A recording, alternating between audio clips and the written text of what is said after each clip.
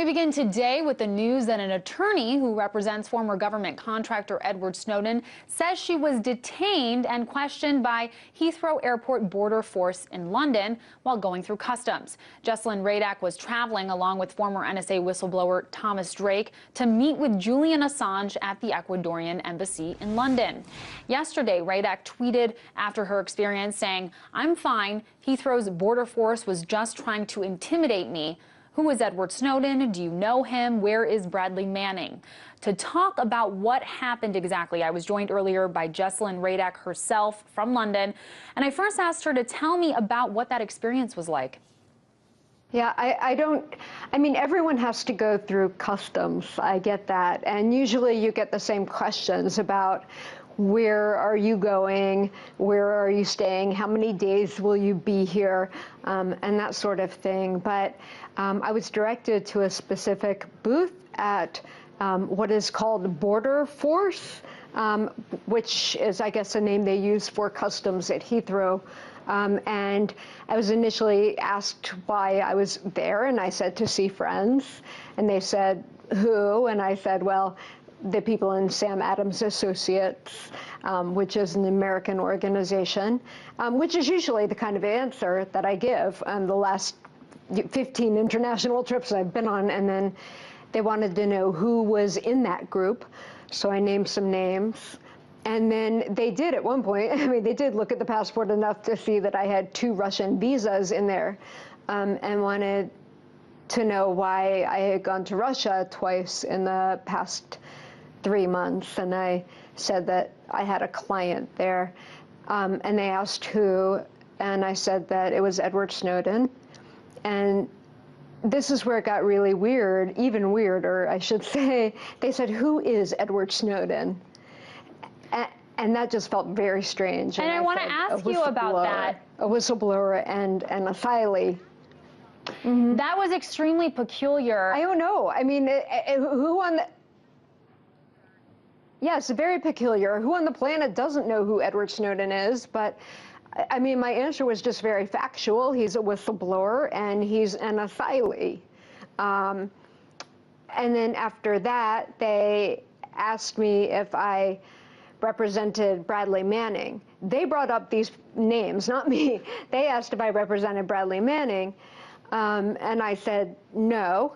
And then he did that same peculiar question, who is Bradley Manning? And I said, a whistleblower, which legally he is. And then the man asked, where is Bradley Manning? As if he didn't know. And I said, in jail. And he said, yes, he's a criminal, or something to that effect. I mean, it was to make me feel like, okay, these people are not whistleblowers, they're criminals. I don't know, it was very, finally, I just said, look, I'm a human rights attorney. And I was allowed to eventually go through, but it was just a very strange line of questioning and completely inappropriate to be asking about privileged attorney-client relationships. It is public that I am one of the attorneys representing Ed Snowden. However, normally the fact of representation is something that can only be revealed with the client's permission. So the fact that he's asking about who my clientele is and about my specific attorney-client privileged work matters is inappropriate. And although I maintained a calm demeanor during the questioning, as soon as I left, I mean, I was shaking and I cried. It was extremely intimidating. And I know there are a few trolls on Twitter saying, it shouldn't be intimidating to answer a few questions, but believe me, when you're in a prolonged situation like that, and my goal is trying to get into a country where I'm going to be delivering an award, along with others, to Bradley Manning. It happens to be the same award, the Sam Adams Associates for Integrity and Intelligence Award that Tom Drake and Ray McGovern and myself and Colleen Rowley delivered last year to Edward Snowden.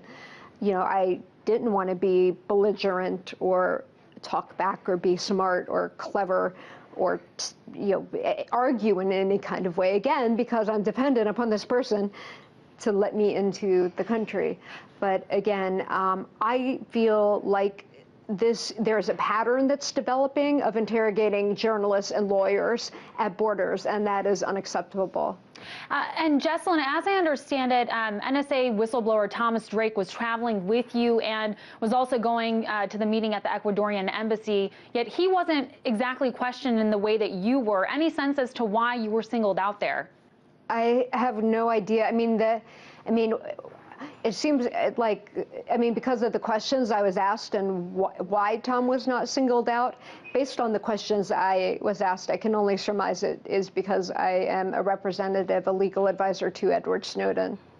And as I understand it, you were on something called, or you found out later, you were on something called the Inhibited Persons List. Can you talk about where that designation came from? How do you think you ended up on that list?